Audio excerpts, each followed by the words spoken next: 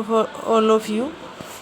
आज हम पढ़ेंगे मानव भूगोल की विचारधाराएं, school of thought in human geography, अर्थात मानव भूगोल में कौन सी विचारधाराएं हैं। पिछली क्लास में हमने पढ़ा नियो डिटर्मिनिज्म, अर्थात नियो डिटर्मिनिज्म में क्या क्या होता है, मनुष्य और प्रकृति का संबंध कैसा रहा, ये सब। इस क्लास में हम पढ़ेंगे संभववाद। पॉसिबिलिज्म क्या है, ये प्रकृति और मानव के संबंधों को कैसे दिखाता है। सबसे पहले इसको देखने के लिए हम पढ़ेंगे संभववाद का अर्थ, मीनिंग ऑफ पॉसिबिलिज्म। ये मानव पर्यावरण संबंधों की फ्रांसीसी विचारधारा है, अर्थात इसके जनक कहाँ थे, फ्रांस के रहने वाले थे, तो इसको क्या कहा गया, स्कूल ऑफ फ्रांस, अर्थात फ्रांसीसी विचारधारा, जो मानव प्रयत्नों और क्रियाओं को अधिक महत्व देती है।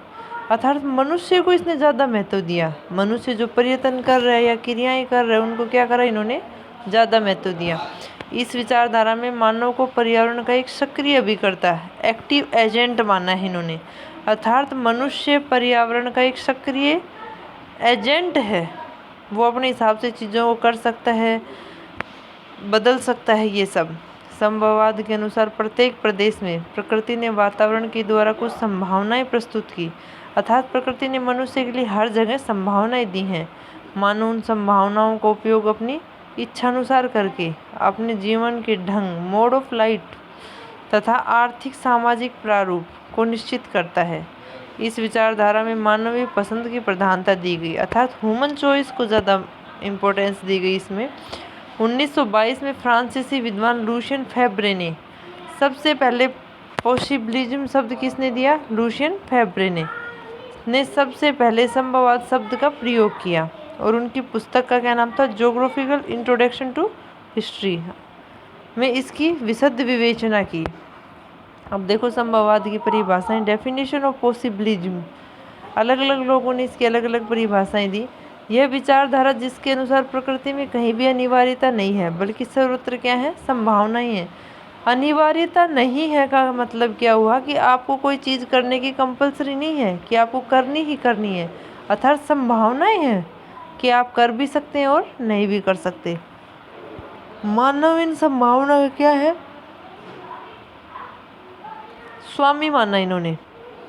मनुष्य इन संभावनाओं का उपयोग अपने विवेक कौशल्य के अनुसार करते हुए एक सक्रिय एवं प्रबल कारक के रूप में प्राकृतिक दशाओं में परिवर्तन व सामाजिक परिमार्जन करते हुए सांस्कृतिक भूदृश्य क्या करता है, निर्माण करता है। उसे क्या कहा जाए, संभववाद का।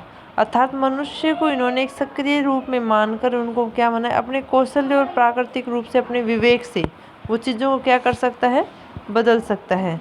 अब संभववाद का विकास कैसे हुआ, किन कारणों से हुआ, इसमें देखो संभववाद के विकास के दो प्रमुख कारण रहे हैं। पहला क्या रहा, नियतिवादियों द्वारा प्रकृति को सर्वसर्वा तथा मानव को निष्क्रिय अभिकर्ता माना।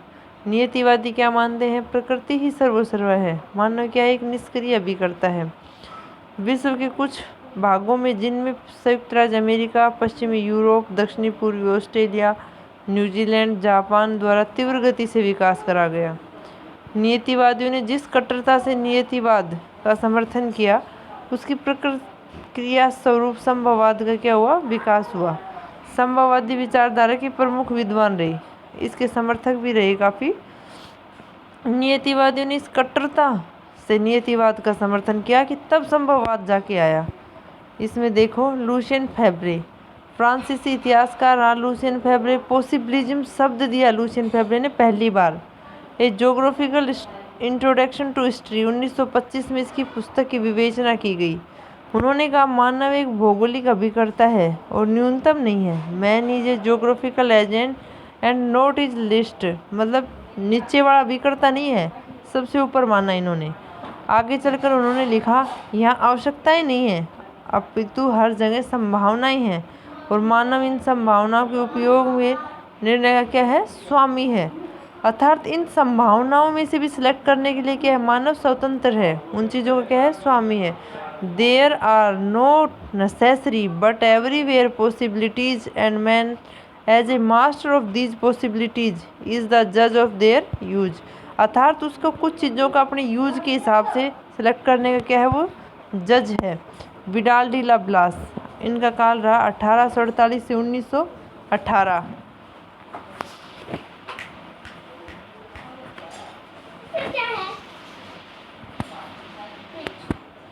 फ्रांस में भूगोल का विडाल डी ला क्या रहा? पितामह रहा। मानव भूगोल के प्रणेता रहे विडाल डी ला ब्लास। संभववाद के संस्थापक, सबसे ज्यादा संभववाद का संस्थापक किसे माना? विडाल डी ला ब्लास को। मृत्यु उपरांत 1923 में प्रिंसिपल्स डी जोग्राफिक्स ह्यूमन, जीवन शैली सभ्यता का परिणाम और उसका प्रतिबिंब होता है। इसके लिए विडाल डी ला ब्लास ने क्या कहा?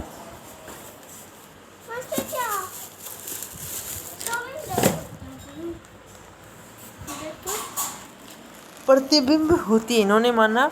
इसके लिए ब्लास ने जेनरे डीवी की कॉन्सेप्ट दी, विडाल डी ला ब्लास ने दी। ब्लास के अनुसार प्रकृति एक परामर्शदाता से अधिक कभी नहीं होती। Nature is never more than a adviser. जो संभववादी विचारधारा थे उन्होंने प्रकृति को क्या माना? एक एडवाइजर के रूप में माना, बस इससे ज़्यादा कुछ नहीं माना। इन्होंने मानव को ज़्यादा सर्वोपरि माना। उनके अनुसार मानव के विकल्प मानव समूह के मानसिक और सामाजिक प्रारूप तथा प्रौद्योगिकी के स्तर पर निर्भर करता है, अर्थात उसके दिमाग के ऊपर निर्भर करता है। वो कौन सी टेक्नोलॉजी कहाँ यूज कर रहा है, उसके दिमाग के ऊपर वो कौन से विकल्प का चुनाव करेगा। प्रकृति का कहीं रोल नहीं माना इन्होंने। इसके समर्थक रहे जीन ब्रून्स भी ब्लास के शिष्य थे। ये संभववाद के कट्टर समर्थक थे।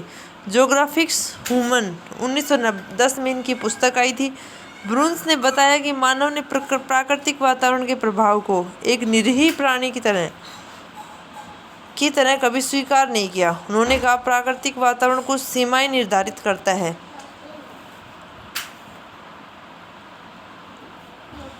जिन्हें मानव पूर्णतः नहीं लांघ सकता, पर उनमें परिवर्तन क्या कर सकता है? जरूर कर सकता है। Thank you all of you.